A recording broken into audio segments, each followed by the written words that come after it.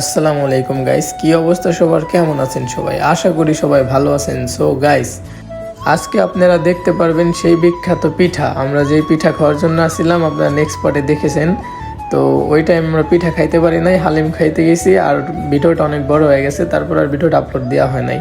তো গাইস, আজকে আপনারা দেখবেন সেই পিঠা। তো এখানে আমরা আসছি, এখন পিঠা বানাইতেছে ভাইয়েরা। তো দেখেন কিভাবে পিঠা বানায়।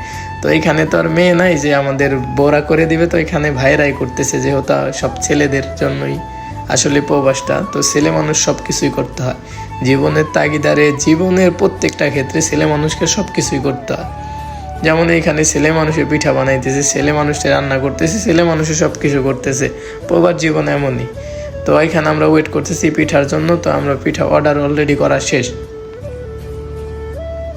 তো এইখানে সোহেল ভাই আমি বলতেছি, ভাই আপনি কয়টা খাবেন? উনি বলতেছে দুইটা। আমি বলতেছি আমি একটার বেশি পারবোই না। তো এইভাবে আমরা দুই ভাই মজা করতেছিলাম। তো উনি বলতেছে এই পাশ থেকে অর্ডার দাও। আমি বলতেছি না, আমি ওই পাশ থেকে নিয়ে আসতেছি, দাঁড়ান। এই পাশের পিঠাগুলো অনেক সুন্দর লাগতেছে আমার কাছে। তো অনেক কষ্টের পর আমি সেইখানে গেলাম। তো আমি বলতেছি যে আজকে আমি দুইটা পিঠা কনফার্ম খাবো যেভাবেই হোক। তো এইখানে পিঠা ভাই বানাইতেছে।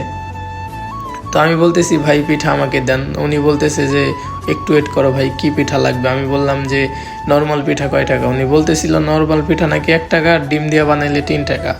আর এইখানে নানা রকমের ভর্তা ছিল, যেমন শুটকি ভর্তা, তারপরে হচ্ছে গিয়া মরিচ ভর্তা, তারপরে হচ্ছে আপনার সরিষা ভর্তা। তো 3 রকমের ভর্তা আছে। তো আমার সামনের এই ভাইটা পিঠা নিতেছিল। তো এই 7-8টার মতো পিঠা নিতেছিল, যেই কারণে আমাকে পিঠা দিয়ে অনেক লেট হয়েছে। তো আমার জন্য বানাইতেছে, যেহেতু আমি ডিম পিঠা অর্ডার করতেছিলাম। তো ভাইয়েরা আমার সাথে অনেক মজা করলো। তো আমাকে বলতেছে আপনার বাসা কই, হ্যান ত্যান। তো আমি বললাম সব কিছুই। তো এনারা আমাদের সাথে অনেক মজা করতেছিল। তো আমি ওনাকে বারবার বলতেছিলাম ভাই পিঠা দেন, পিঠা খাওয়ার জন্য আসছি, আমার আর সইতাছে না। উনি বলতেছে একটু দাঁড়ান। আমি বলতেছিলাম ভাই আমি দাঁড়াইতে পারবো না, বসতে পারবো। তো অবশেষে আমাদের পিঠা আমার হাতে। তো এটা হচ্ছে আমার জন্য।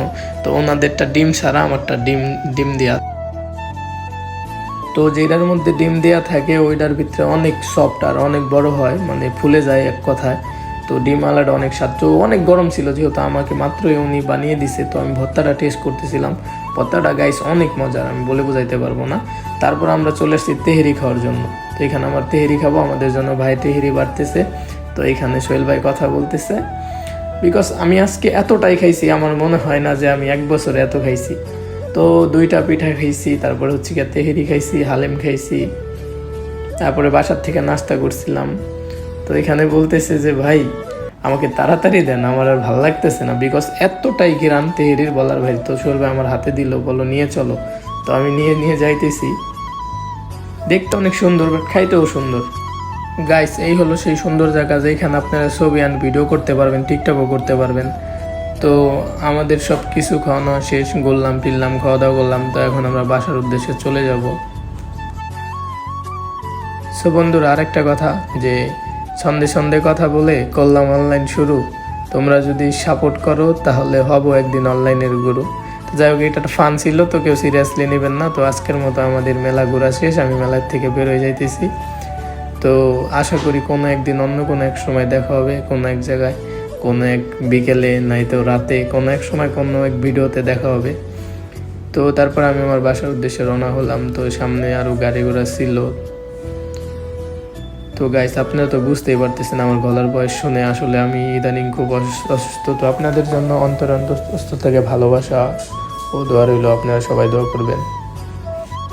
তো আপনাদের জন্য দোয়া ও ভালোবাসা রইল। তো গাইস, আজকের মতো এই পর্যন্তই। তো বাই, আল্লাহ হাফেজ, টেক কেয়ার অল।